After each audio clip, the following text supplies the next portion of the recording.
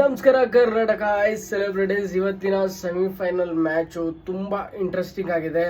ಎರಡು ಟೀಮು ಇದುವರೆಗೂ T20 world cup ಗೆದ್ದಿಲ್ಲ. But ಆದರೆ ನಾನು ಟಾಸ್ ಆಗೋವರೆಗೂ ವೆಯ್ಟ್ ಮಾಡ್ತಾ ಇದ್ದೆ. ಸೊ ನನ್ನ ಪ್ರೆಡಿಕ್ಷನ್ ರೆಡಿ ಮಾಡ್ಕೊಂಡಿದ್ದೀನಿ ಇವಾಗ ಕೊಡೋಣ ಅಂತ. ಸೊ ಏನಂತಂದರೆ ಅಲ್ಲಿ ಚೇಸಿಂಗ್ ಮಾಡೋದು ತುಂಬ ಸುಲಭ ಅಂತ ಹೇಳಕ್ಕೆ ಇಷ್ಟಪಡ್ತೀನಿ. ಅದಕ್ಕೆ ನ್ಯೂಜಿಲೆಂಡ್ ಅವರು ಟಾಸ್ ವಿನ್ ಆಗಿಬಿಟ್ಟು ಚೇಸಿಂಗ್ ಆಯ್ಕೆ ಮಾಡ್ಕೊಂಡಿದ್ದಾರೆ. ಆದರೆ south Africa very good cricket ಆಡ್ಕೊಂಡು ಬಂದಿರೋದು ಈ ಟೂರ್ನಿಮೆಂಟಲ್ಲಿ. ನ್ಯೂಜಿಲೆಂಡ್ ಅಂದರೆ ಒಂದು ಮಳೆ ಪಂದ್ಯ ಬಂತು, ಇನ್ನೊಂದು ಪಾಕಿಸ್ತಾನ ಸೋತರು. ಸೊ ಆ ಥರ ಅವರು ಸೂಪರ್ ಏಟ್ಗೆ ಹೋಗಿ ಮತ್ತೆ ಸೆಮಿಫೈನಲ್ ರೀಚ್ ಆಗಿದ್ದು. ಸೊ ಸೌತ್ ಆಫ್ರಿಕಾ ಬೆಸ್ಟ್ ಟೀಮಾಗಿ ಕಾಣಿಸ್ತಾ ಇದೆ. ಬಟ್ ಆದರೆ ಅದೇ ಬ್ಯಾಡ್ ಲಕ್ ಅಂತಾರಲ್ಲ ಒನ್ ಡೇ ಅಂತ. ಸೊ ಇವತ್ತು toss ಸೋತಿದ್ದಾರೆ south Africa. So New Zealand chasing ಮಾಡಿದೆ. ಸೊ ಚೇಸಬಲ್ ಪಿಚ್ಚೇ ಅದು.